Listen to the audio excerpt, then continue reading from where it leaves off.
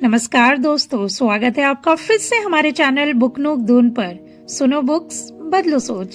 क्या आपने कभी सोचा है कि एक बेटी अपने पिता के यज्ञ में क्यों जलकर मर गई? एक हाथी की पुकार सुनकर भगवान क्यों प्रकट हो गए? और एक भक्त की भक्ति ने कैसे एक राक्षस का अंत कर दिया? दोस्तों, पुराणों की कहानियां सिर्फ कहानियां नहीं हैं, इनमें छिपे हैं जिंदगी को समझने वाले गहरे रहस्य और हर एक उस क्वेश्चन का आंसर जो आप अपने मन ही मन सोचते हैं और ढूंढते हैं। और यही कारण है कि हमने शुरू की है महागाथा 100 टेल्स फ्रॉम द पुराण की एक खास जर्नी। इस सीरीज में हम हर पार्ट में 10 कहानियां बहुत ही आसान और दिल छू लेने वाले तरीके से समझते हैं, ताकि पुराणों की महान कहानियां आज की जिंदगी में भी हमें इंस्पायर करती रहे। अब तक हम पार्ट 1 और पार्ट 2 में 10 अद्भुत कहानियां जान चुके हैं और आज हम शुरू कर रहे हैं पार्ट 3, जहां आपको 21 से 30 तक की पावरफुल कहानियां समझने को मिलेंगी। इन कहानियों में आपको मिलेंगे भक्ति की शक्ति क्या होती है, अहंकार का परिणाम क्या होता है, सच्ची आस्था की ताकत क्या है और जीवन को सही दिशा देने वाले लेसन्स। तो अगर आप भी ऐसी इंस्पायरिंग और ज्ञान से भरी कहानियां सुनना पसंद करते हैं तो अभी चैनल को सब्सक्राइब कर लीजिए और वीडियो को लाइक कीजिए एंड भर भर के अपना सपोर्ट दीजिए, क्योंकि यहाँ आपको मिलती हैं कहानियां नहीं बल्कि जीवन को समझने की चाबी। तो चलिए शुरू करते हैं महागाथा पार्ट 3 की पहली कहानी से, जो कि है सती का आत्म बलिदान, जो हमें सिखाता है कि रिस्पेक्ट की असली कीमत क्या होती है। सती अपने पति शिव से बहुत प्रेम करती थी, लेकिन उनके पिता दक्ष शिव को बिल्कुल पसंद नहीं करते थे।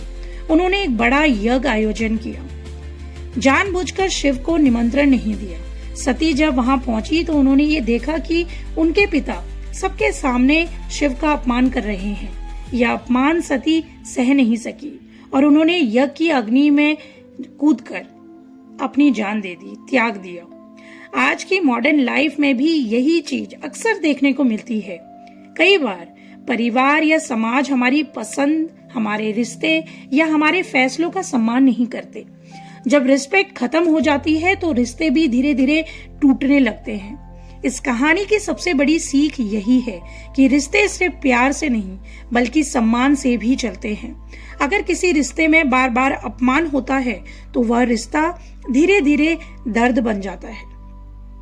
इसलिए इस मॉडर्न लाइफ में हमें ये समझना चाहिए कि जहाँ सम्मान नहीं वहाँ खुशी भी कभी टिकती नहीं। हर रिश्ते को शब्दों में समझाया नहीं जा सकता। जो इंसान हमारे साथ रहता है, हमारी खुशी, हमारे दुख को समझता है, वही उस रिश्ते की असली कीमत जानता है। लेकिन जो दूर से सिर्फ आलोचना करता है, उसे उस रिश्ते की सच्ची वैल्यू कभी समझ नहीं आती। इसलिए जिंदगी में हमें हमेशा उन रिश्तों का सम्मान करना चाहिए जो सच में हमारे साथ खड़े रहते हैं। कहानी 22, गजेंद्र की पुकार, जो हमें सिखाती है कि विश्वास की ताकत क्या होती है। यह कहानी है हाथी गजेंद्र की। एक दिन गजेंद्र तालाब में पानी पीने गया। अचानक एक मगरमच्छ ने उसका पैर पकड़ लिया। गजेंद्र ने पूरी ताकत से संघर्ष किया। घंटों तक वह खुद को छुड़ाने की कोशिश करता रहा, लेकिन छूट नहीं पाया। लेकिन धीरे धीरे उसकी ताकत खत्म होने लगी। उसे समझ आ गया कि अब सिर्फ ताकत से वह नहीं बच पाएगा। तब उसने पूरे दिल से भगवान विष्णु को पुकारा। कहते हैं जब पुकार सच्ची होती है तो मदद जरूर आती है। विष्णु तुरंत प्रकट हुए और अपने सुदर्शन चक्र से मगरमच्छ का अंत कर दिया और गजेंद्र बच गया। लेकिन यह सिर्फ एक चमत्कार की कहानी नहीं है, यह फेथ और होप की कहानी है। मान लीजिए कोई इंसान नौकरी खो देता है। वह बहुत कोशिश करता है, इंटरव्यू देता है, मेहनत करता है, लेकिन बार बार रिजेक्शन उसको मिलते हैं। ऐसे समय में कई लोग हार मान लेते हैं, लेकिन कुछ लोग कोशिश करते रहते हैं और विश्वास बनाए रखते हैं, और अक्सर वही लोग कुछ समय बाद एक बेहतर मौका पा लेते हैं। इस कहानी की सीख बहुत सीधी है। जब हालात मुश्किल हों तब हार मानना आसान होता है, लेकिन जो विश्वास और कोशिश दोनों बनाए रखते हैं उन्हीं के लिए रास्ते खुलते हैं। कहानी 23, राजा पृथु, जो हमें लीडरशिप का असली मतलब समझाते हैं। जब धरती पर बहुत भयानक अकाल पड़ गया, लोग भूख से तड़प रहे थे, खेत लगभग सूख चुके थे, उम्मीद खत्म हो गई थी। उस समय राजा पृथु ने सिर्फ राजा की तरह शासन नहीं किया, बल्कि एक जिम्मेदार लीडर की तरह सोचा। उन्होंने धरती माता को गाय के रूप में दूहा ताकि लोगों को अन्न मिल सके और लाइफ फिर से चल सके। यही कारण है कि धरती को पृथ्वी कहा गया। लेकिन अगर इस कहानी को आज की मॉडर्न लाइफ से जोड़ के देखें तो यह सिर्फ एक पौराणिक घटना नहीं है, यह लीडरशिप का सबसे बड़ा प्रिंसिपल है। आज बहुत लोग लीडर बनना चाहते हैं। कोई बॉस बनना चाहता है, कोई मैनेजर, कोई पॉलिटिशियन और कोई इन्फ्लुएंसर। लेकिन असली लीडर वही होता है जो सिर्फ और सिर्फ अपनी पावर नहीं देखता, बल्कि अपने लोगों की प्रॉब्लम को समझता है। अगर कोई बॉस सिर्फ प्रॉफिट के बारे में सोचता है और अपने एम्प्लॉयज की स्ट्रगल नहीं समझता, तो लोग उससे डर तो सकते हैं लेकिन रिस्पेक्ट नहीं करते। लेकिन जो लीडर अपनी टीम के लिए हमेशा खड़ा रहता है, उनकी ग्रोथ के लिए रास्ते बनाता है, वही असली रिस्पेक्ट कमाता है। इस कहानी की सबसे प्रैक्टिकल सीख है कि लीडरशिप का मतलब कंट्रोल करना नहीं, बल्कि रिस्पॉन्सिबिलिटी लेना होता है। और जो इंसान दूसरों की जिम्मेदारी उठाना सीखता है, वही असली लीडर बनता है। कहानी नंबर 24, मरीशा की कहानी, जो हमें लाइफ हमेशा सिंपल नहीं होती ये सिखाती है। पुराणों में मरीशा की कहानी हमें ये दिखाती है कि इस सृष्टि का विस्तार हमेशा एक ही तरीके से नहीं हुआ। मरीशा का विवाह 10 प्रचेतस भाइयों से हुआ और उनसे दक्ष का जन्म हुआ। पहली ही नजर में यह कहानी आज की दुनिया के हिसाब से बिल्कुल अजीब और असामान्य लग सकती है, लेकिन अगर इस कहानी को गहराई से समझें तो यह हमें लाइफ की एक बहुत बड़ी रियलिटी समझाती है कि आज की मॉडर्न वर्ल्ड में भी हर इंसान की लाइफ स्टोरी अलग होती है। किसी का परिवार बहुत छोटा होता है, किसी का बहुत बड़ा। कोई ट्रेडिशनल रास्ता चुनता है तो कोई बिल्कुल अलग रास्ता बनाता है। लेकिन सोसाइटी अक्सर एक प्रॉब्लम करती है, और वो है हर किसी की लाइफ को एक ही स्केल से मेजर करना। अगर किसी की लाइफ उस नॉर्मल डेफिनेशन से अलग दिखती है तो लोग तुरंत जज करना स्टार्ट कर देते हैं। अब असल में सच्चाई यही है कि लाइफ कभी भी पूरी तरह सिंपल और स्ट्रेट नहीं होती। हर इंसान की जर्नी में अलग चैलेंजेस, अलग सिचुएशंस और अलग फैसले होते हैं। मरीशा की कहानी हमें यही समझाती है कि हर इंसान की जिंदगी की अपनी यूनिक स्टोरी होती है। इसलिए इस मॉडर्न लाइफ में सबसे जरूरी चीज है एक्सेप्टेंस, अंडरस्टैंडिंग और रिस्पेक्ट। क्योंकि जब हम दूसरों की जर्नी को समझना सीख जाते हैं, तभी हम सच में मैच्योर और वाइज बनते हैं। स्टोरी नंबर 25, मत्स्य अवतार। जो भविष्य के लिए तैयार रहता है वही बचता है, यही सिखाता है हमें। बहुत पुराने समय की बात है। एक दिन मनु नदी में स्नान कर रहे थे, तभी उनके हाथ में एक बहुत छोटी मछली आ गई। मछली ने उनसे विनती की कि मुझे बचा लीजिए, बड़ी मछलियां नहीं तो मुझे खा जाएंगी। और मनु का दिल दया से भर गया। उन्होंने उस मछली को अपने कमंडल में रख लिया, लेकिन कुछ ही समय में वह मछली इतनी बड़ी हो गई कि कमंडल छोटा पड़ गया। फिर मनु ने उसे तालाब में रखा, पर वह वहां भी बड़ी हो गई। फिर उसे नदी और लास्ट में समुद्र में छोड़ना पड़ा। तब मनु को यह समझ आया कि यह कोई साधारण मछली नहीं है। असल में वह भगवान विष्णु थे, जिन्होंने मत्स्य अवतार लिया था। भगवान विष्णु ने मनु को बताया कि जल्द ही इस पृथ्वी पर भयानक प्रलय आने वाली है। उन्होंने मनु से कहा कि एक बड़ी नाव बनाओ और उसमें बीज, पशु पक्षी और जीवन के जरूरी साधन सुरक्षित रख लो। मनु ने बिल्कुल वैसा ही किया, और जब प्रलय आई तो चारों तरफ पानी ही पानी हो गया। तब वही नाव जीवन को बचाने का सहारा बनी। प्रलय खत्म होने के बाद मनु ने फिर से पृथ्वी पर जीवन की शुरुआत की। यह कहानी हमें एक बहुत प्रैक्टिकल लेसन देती है। आज की दुनिया में भी जो लोग फ्यूचर के लिए तैयार रहते हैं, वही मुश्किल समय में संभल पाते हैं। अब जरा उदाहरण लीजिए, कोविड के समय बहुत लोगों की जॉब्स चली गई, लेकिन जिन लोगों ने स्किल सीखी थी, सेविंग्स रखी थी या फिर प्लानिंग की थी, वे उस मुश्किल समय में भी खड़े रहे। यही इस कहानी का असली मैसेज है।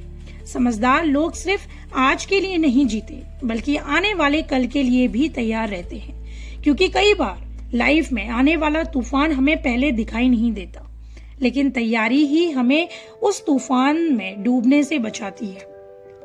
स्टोरी नंबर 26, वराह अवतार। जब बुराई बढ़ती है तब न्याय जरूर आता है। पुराणों में बताया गया है कि एक समय दैत्य हिरण्याक्ष को अपनी ताकत पर बहुत घमंड हो गया था। उसने पूरी पृथ्वी को एक ही समुद्र की गहराई में छुपा लिया। जब पृथ्वी ही गायब हो गई तो सृष्टि में अंधकार और संकट फैल गया। देवता भी परेशान हो गए क्योंकि जीवन का आधार ही खत्म हो गया था।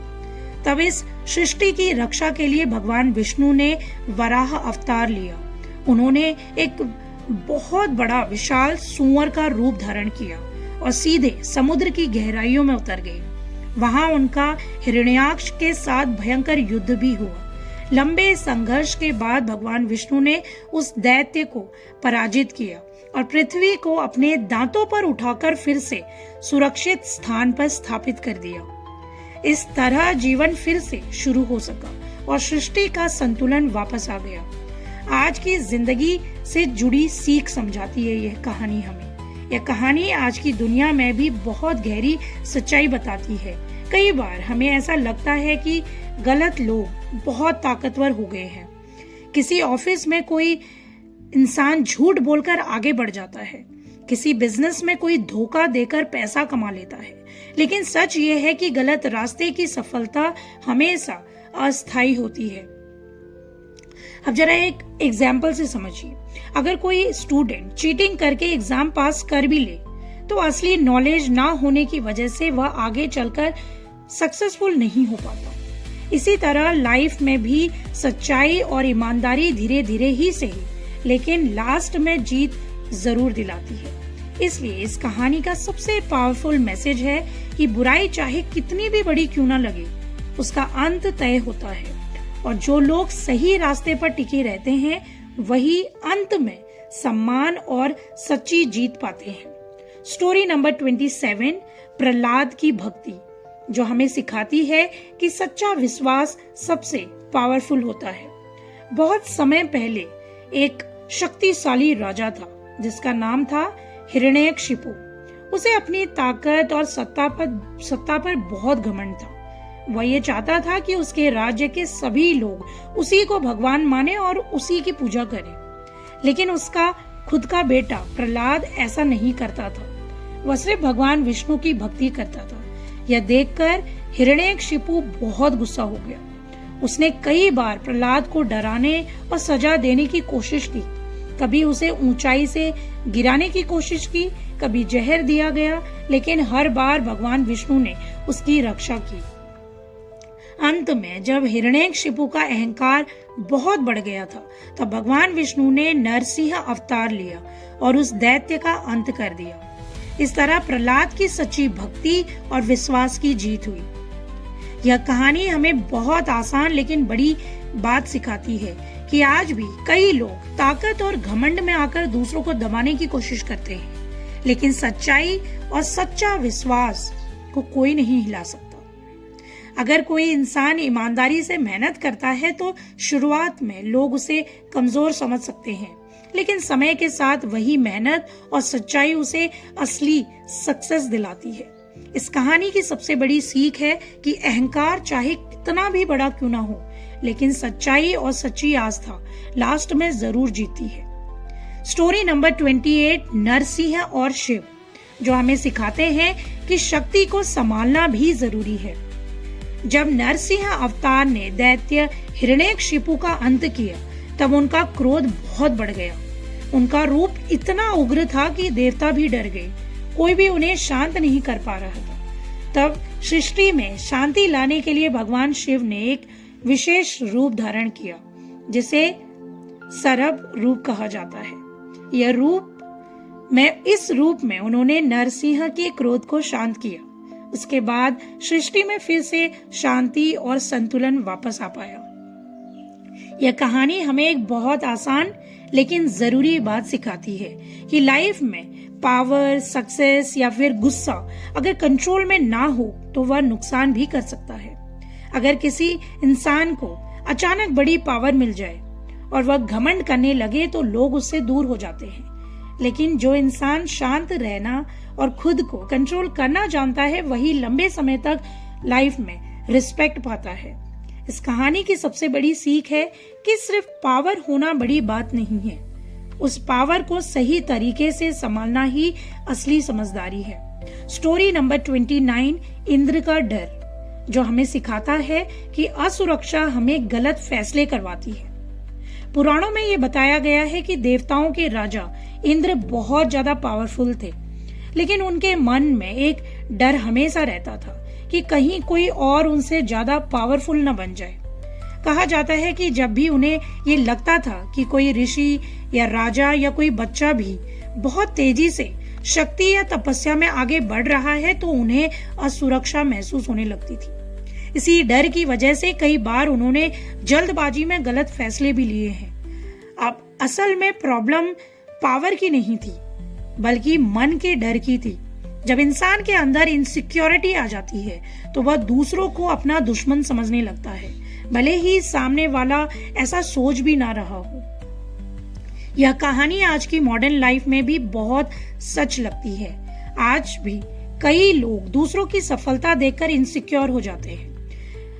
कभी ऑफिस में कोई सहकर्मी अच्छा काम करने लगे तो कुछ लोग उसकी मदद करने की बजाय उसके खिलाफ पॉलिटिक्स करने लगते हैं। लेकिन सच्चाई ये है कि दूसरों की सफलता से डरने की बजाय हमें खुद को बेहतर बनाना चाहिए। अगर किसी क्लास में एक स्टूडेंट बहुत अच्छा पढ़ता है तो दूसरे स्टूडेंट्स उससे जलने की बजाय उससे सीख सकते हैं। इस कहानी की सबसे बड़ी सीख है कि डर और असुरक्षा हमें गलत फैसले करवाती है, लेकिन सेल्फ कॉन्फिडेंस हमें आगे बढ़ने की सही डायरेक्शन देता है। स्टोरी नंबर 30, प्रहलाद की विनम्रता, जो हमें सिखाती है ट्रू स्पिरिचुअलिटी। भक्ति और विश्वास के लिए प्रहलाद का नाम हमेशा लिया जाता है। उन्होंने हर मुश्किल में भी भगवान विष्णु पर अपना ट्रस्ट, अपना विश्वास नहीं छोड़ा। इसी कारण उन्हें एक महान भक्त माना जाता है। लेकिन पुराण हमें एक और गहरी बात सिखाता है। कहा जाता है कि जब इंसान को अपनी अच्छाई या अपनी भक्ति पर थोड़ा सा भी अहंकार आने लगता है तो वह धीरे धीरे अपने असली रास्ते से भटक जाता है। भगवान चाहते थे कि प्रहलाद हमेशा विनम्र बने, इसलिए उन्हें यह समझाया गया कि सच्ची भक्ति का मतलब सिर्फ भगवान को मानना नहीं, बल्कि हमेशा विनम्र और सरल बने रहना भी है। यही कारण है कि प्रहलाद को सिर्फ भक्त नहीं बल्कि विनम्र और आदर्श इंसान के रूप में याद किया जाता है। आज की दुनिया में भी यही बात बहुत जरूरी है। कई बार जब किसी को नॉलेज, सक्सेस या फिर फेम मिल जाता है तो वह धीरे धीरे घमंड करने लगता है, लेकिन असली महानता वही होती है जहां अहंकार बिल्कुल भी नहीं होता, एक सुई भर भी नहीं। अगर कोई व्यक्ति बहुत सफल हो जाए लेकिन फिर भी सबके साथ विनम्रता से बात करे, लोगों की मदद करे, तो लोग उसे और ज्यादा रिस्पेक्ट देते हैं। सच्चा ज्ञान, सच्ची भक्ति, सच्ची सफलता वही है जहां दिल में विनम्रता बनी रहती है। तो ये थी महागाथा पार्ट 3 की 10 अद्भुत कहानियां, जहां हर कहानी में छुपा था जिंदगी को समझने का एक गहरा लेसन। इन कहानियों से हमने ये सीखा कि कभी सम्मान की कीमत क्या होती है, कभी विश्वास की ताकत को आंकिए, कभी अहंकार का परिणाम देखो और कभी विनम्रता की असली शक्ति क्या होती है वो समझो। सच कहें तो पुराणों की ये कहानियां सिर्फ बीते समय की बातें नहीं है, ये आज भी हमारी सोच, हमारे फैसलों और हमारी जिंदगी को दिशा दे सकती है। अगर आपको ऐसी गहरी, इंस्पायरिंग और जीवन बदलने वाली कहानियां पसंद आती हैं तो अभी इस वीडियो को लाइक करें और चैनल को सब्सक्राइब जरूर करें, क्योंकि महागाथा सीरीज अभी खत्म नहीं हुई है। अगले पार्ट 4 में हम और भी ऐसी कहानियां जानेंगे जो आपकी सोच को एक नए स्तर पर ले जाएगी। तो जुड़े रहिए और सीखते रहिए पुराणों की महान कहानियों से।